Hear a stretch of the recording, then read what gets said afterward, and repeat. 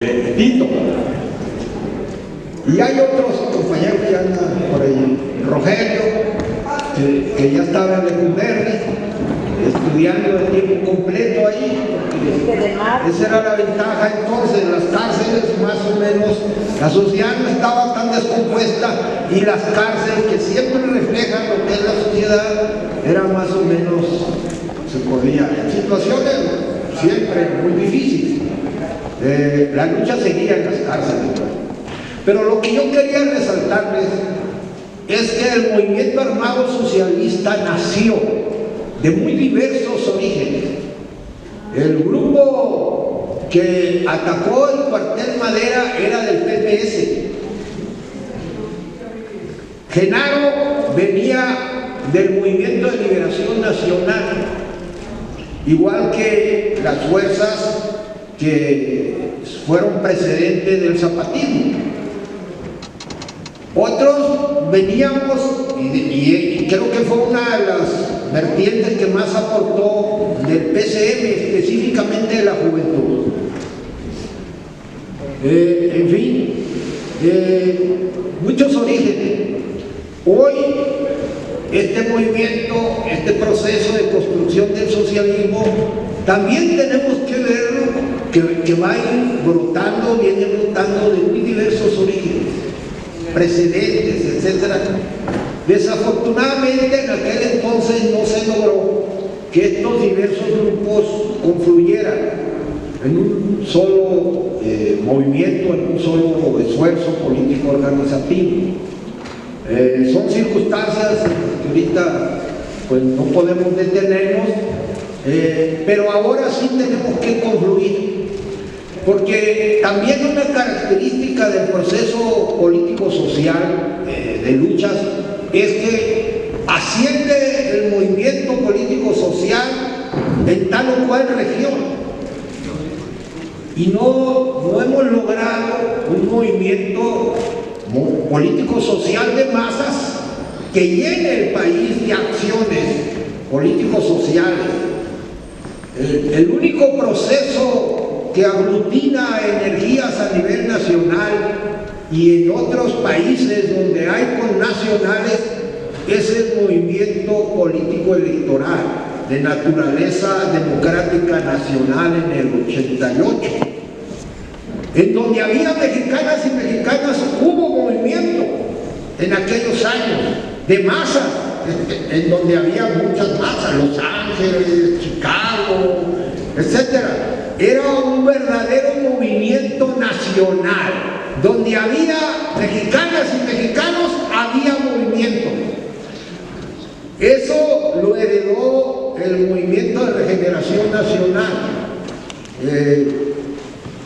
Esa naturaleza y esa masa que desde el 88 estuvo disputando.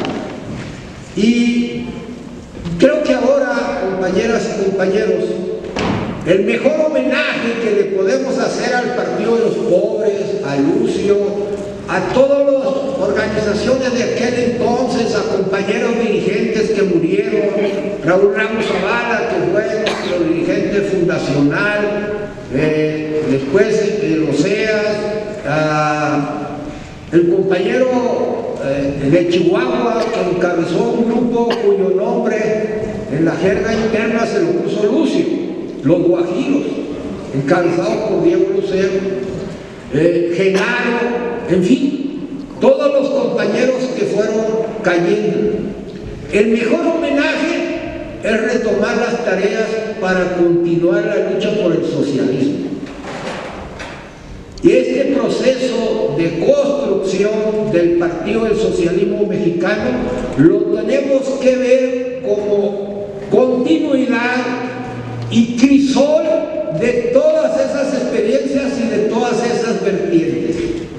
Por eso, compañeras y compañeros, en este evento no podía faltar este espacio de homenaje al Partido de los Pobres y a Lucio. Y subrayamos lo del Partido de los Pobres porque Lucio no se planteó ser caudillo. Lucio buscó construir un partido y una dirección colectiva. Y eso es una herencia que también requerimos recuperar. liberal. Organizaciones con colectivos, con instancias colectivas, donde se discutía hasta las acciones que se van a realizar. Hoy tenemos que discutir las acciones de ahora, la campaña de ahora. Yo le decía ahorita al camarada Chulín, que todos lo conocemos por Chulín, lo de Armando, no dice nada, Chulín sí. Es uno de los compañeros que ha estado en este año y meses más metido en la solidaridad con Palestina.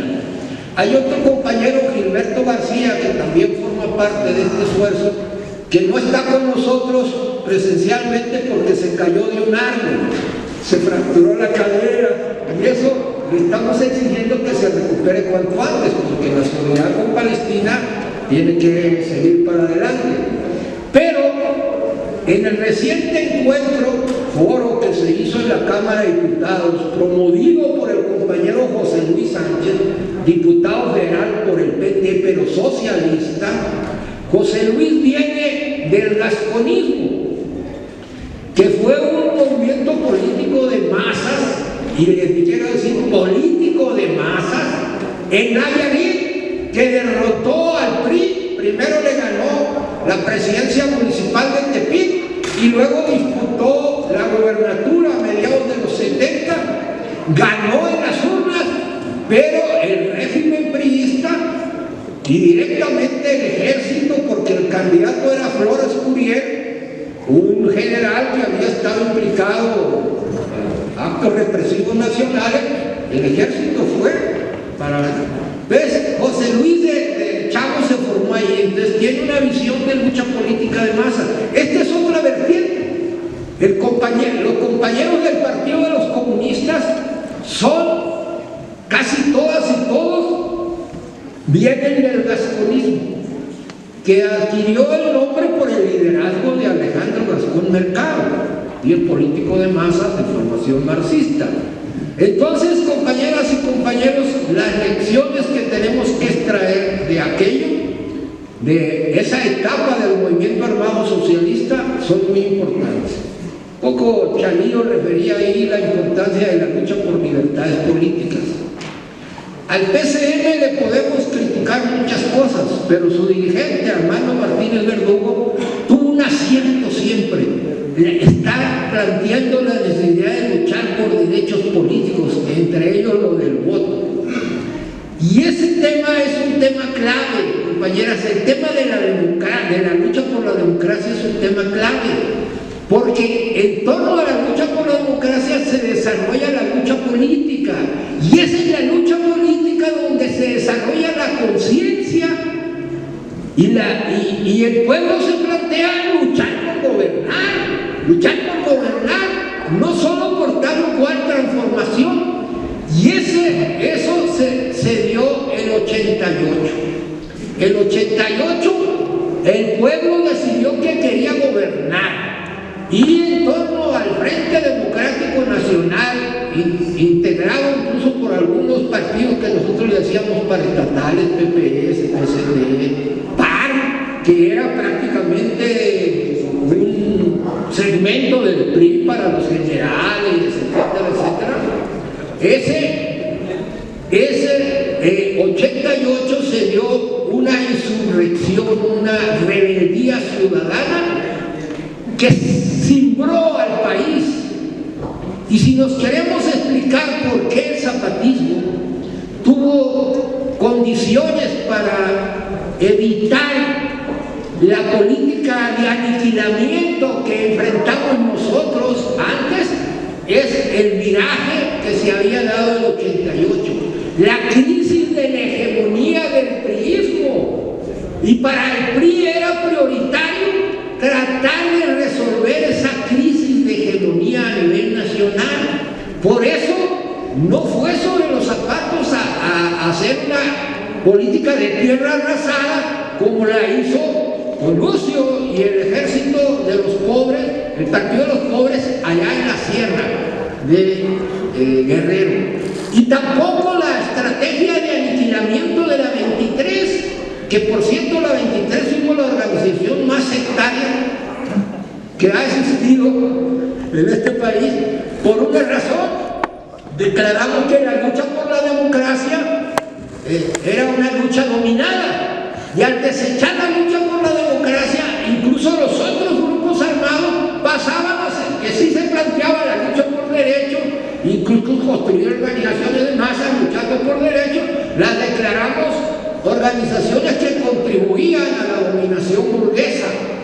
Entonces, cuando nosotros, Héctor y yo, entramos al proceso de rectificación en el 76, ya confluimos varios grupos, este fue el centro de nuestra crítica a la 23, pero heredamos de la 23 la necesidad de pensar nacionalmente y de asumir tareas y retos nacionales, y tuvimos el acierto de que entendimos lo que representaba el arribo del gobierno de Miguel de la Madrid, el gobierno de la tecnocracia, y visualizamos que venía un retroceso histórico para México, para la clase trabajadora, y entonces retrasamos una estrategia, todo contra el gobierno de Miguel de la Madrid, todo contra los tecnócratas, y previmos: el régimen priista se va a dividir, porque en el régimen priista viene una vertiente de naturaleza nacional popular,